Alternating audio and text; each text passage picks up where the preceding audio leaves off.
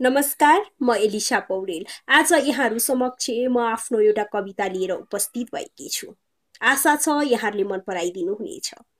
मेरो कविताको शीर्षक रहेको छ मलाई बलात्कार गर। ए यौवनका प्यासीहरू हो, नरभक्षीको रूप लिएर आऊ र मलाई बलात्कार गर।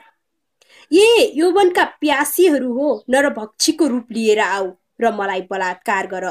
खोल मेरो टी सर्ट, खोल ब्राको हुक निकाल र गाढ मेरा स्तनहरूमा आफ्ना तीखा दारा।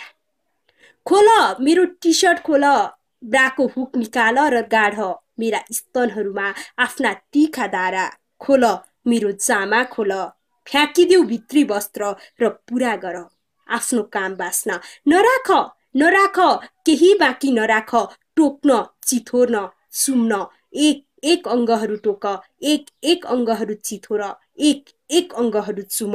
म सहने छु दुखाइका हर प्रहारहरू, म सहने छु दुखाइका हर प्रहारहरू। शान्त भएपछि काम ज्वाला निचोर मेरो घाँटी निचोर र फ्याँकिदेऊ मलाई छाडीमा। तर याद राख मेरो बलात्कारसँगै मेरो हत्यासँगै, तर याद राख मेरो बलात्कारसँगै मेरो हत्यासँगै अन्त्य हुनुपर्नेछ यो बलात्कारको सिलसिला, यो हत्याको श्रृङ्खला।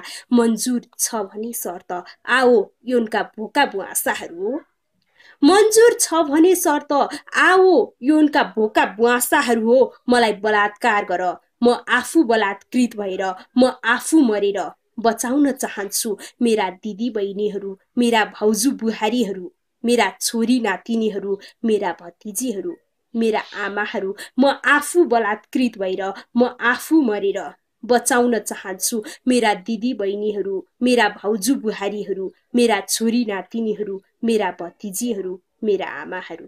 धन्यवाद।